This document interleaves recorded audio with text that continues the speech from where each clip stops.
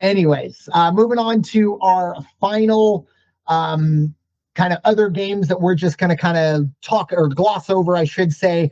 And yes, I do apologize to all the Browns and Titans fans out there. We just couldn't make time for the Tennessee Titans and the Cleveland Browns. The Browns are going to be 4-point favorites in that one. 34. I repeat, 34 is your over-under in the Cleveland-Tennessee game. Elsewhere, right? Elsewhere, you have the Miami Dolphins, 2.5-point favorites on the road as they head to face the Jets. 40.5 is your over-under there. The Seattle Seahawks, who I don't think enough people are talking about as one of the best teams in the league. We didn't talk about them this week, but that's because they're facing off against the Falcons, and they're 7-point favorites on the road. 44.5 is your over-under. The Los Angeles Rams, they're heading to the desert to face the Cardinals. The Rams are going to be 7.5-point favorites. 48 is your over-under. And finally, shout out to Coach. He's still plowing through. The Saints have been, pleasantly a little bit better than expected. There might be something there with Tyler Shuck. But they have a big task as they head to Tampa Bay to face Baker's Bucs. The Buccaneers are going to be 9-point favorites. The over-under sits at 42.5. Raider Jim, your thoughts? Any of those things or any of those lines jump out to you? You know what? Those games do absolutely nothing for me. But what I will tell you, though, when you mentioned the Seahawks and you mentioned the Rams, might as well just talk about the NFC West because that is the absolute best conference in football as far as I'm seeing it. I don't know how you feel about that, but very competitive, like the way all those teams are playing. I agree. I think the AFC South might have something to say about that, but they also do have the Titans that would perk up, and that might slow things down. But I agree. I do think the Seattle Seahawks. I think the Seattle Seahawks are right now the best team in the league. They are playing the best. They're winning football. They have an identity. Let me put it to you this way: if Russell Wilson was the quarterback of this team, and I don't mean what Russell Wilson is now. I just mean what Russell Wilson was in Seattle in his prime. We'd all be falling over ourselves saying this is by far the best team in the league. But I do think because it's Sam Darnold, still a lot of people that aren't fully sold on him, and I might kind of be one of them. But I am getting ready to buy stock in Sam Darnold, even if it will be too expensive by the time I get there, more than likely. 7 points on the road. I do think that's a lot, but they have handled their business very emphatically a lot this year. They have covered some of the bigger spreads. And I do like New Orleans +9. I don't know. Like I said, Tyler Shuck, I don't think you're going to win a lot with him, but I think he's definitely a step up from Spencer Rattler. Again, the Derek Carr the Derek Carr treatment, how that would have gone, I don't know. Be wondering to see all those people who wanted Derek Carr out of there so badly. I wonder how they're feeling right now. But anyways, I do like New Orleans +9 there. I just think that's a big number for a divisional game, even though it is in Tampa. And who knows, we might have a little bit of weather that could muddy some stuff up. If Jacksonville's getting weather, maybe Tampa will too. I am not a geography expert, but those are just some of the things that jumped out to me. Again, apologies to all the Titan heads and the Brown fans out there that were really chomping at the bit to get our analysis on the toilet bowl. I mean, that game, excuse me. But hey, that will go a long way in determining more than likely who does get the number 1 overall pick.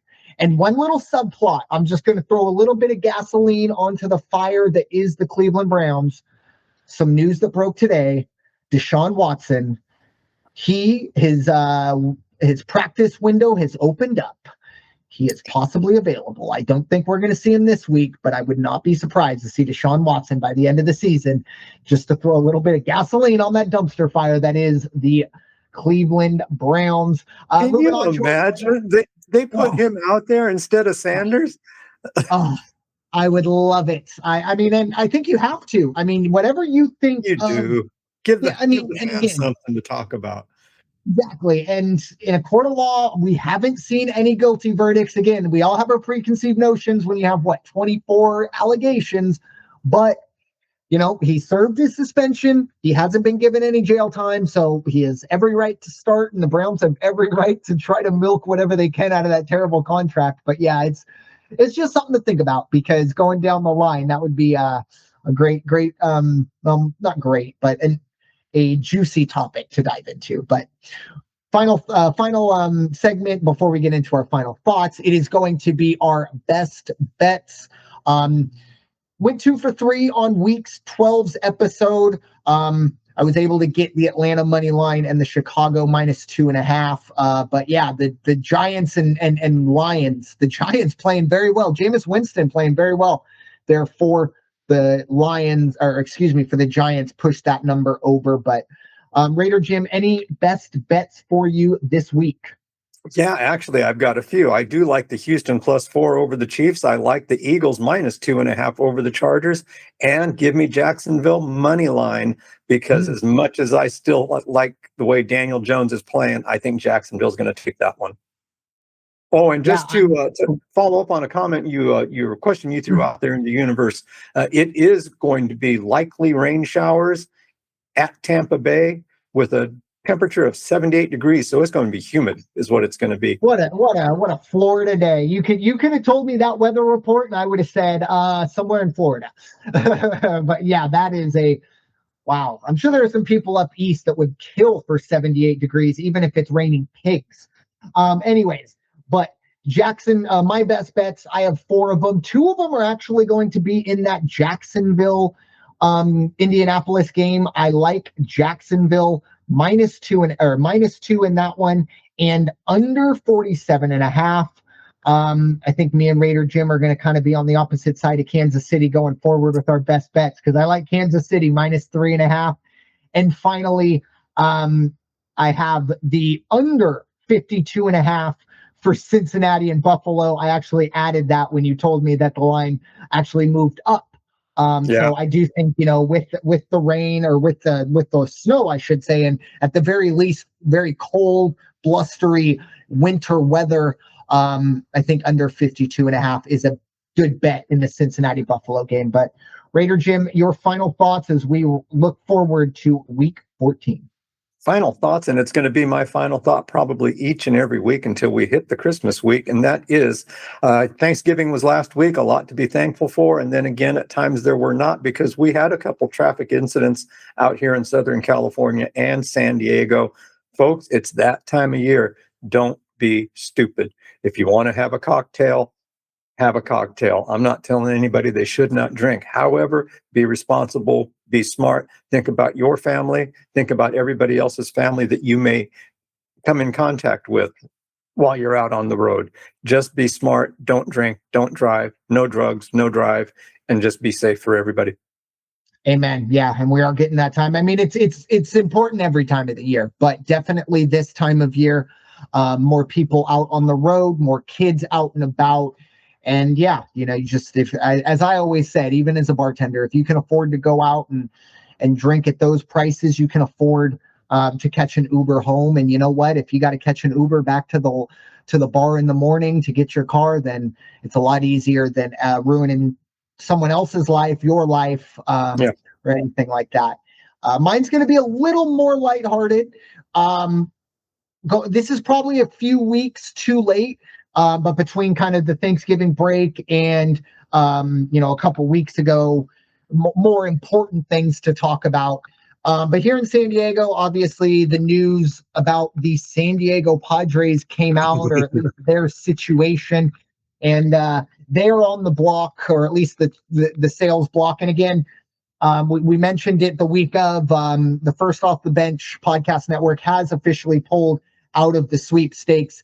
Our final offer was $83, and 40 of it was going to be paid in loose change. So they said, thank you, but no thank you. They're not interested. But with that being said, it's very, very unfortunate that the Peter Seidler saga, or the Peter Seidler ownership, or the Seidler ownership group ownership is going to come to end like this.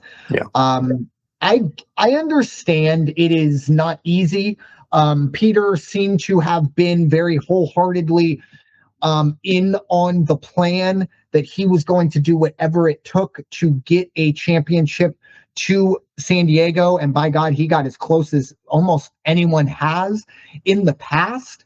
Unfortunately, obviously, cancer took him before we were able to see all the way through. And you know what? I'll also be able to sit here and be self-aware enough to say that I don't think it was fair for us to all believe that the Seidler brothers or whoever were just going to be as altruistic and ready to take on the burden that Peter had. However, my problem with the way all this has gone is for the last 18 months, every single soundbite we get from the Seidler family it ends with, and this is when we are just continuing Peter's legacy. We are just continuing Peter's legacy. I hate to say it, and with all due respect to the Seidlers that are still in on all this, you have bastardized that name in terms of how San Diegans now look at it, because that was your get out of jail free card. And again, if this was the plan the whole time, I get it. The Padres, it's not an easy bill to take on, and it might come back to bite you in trying to sell this team, but you shouldn't have strung the city along for 18 months and made us believe that you were going to continue what Peter started.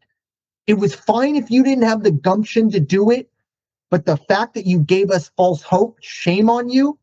And I really truthfully do hope that the sale of the Padres goes to someone who is ready to do what needs to be done to at least compete in Major League Baseball. I don't think it's fair to expect an owner to deliver championships, but I do think it's fair to expect an ownership group to compete financially at a level top 15, top 10.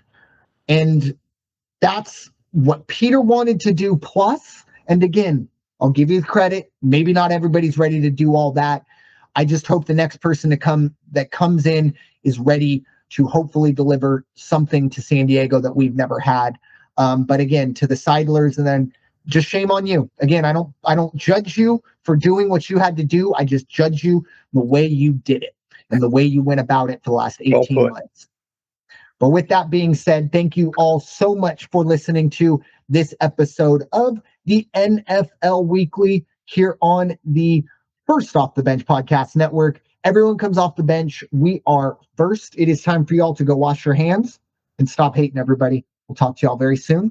Take care.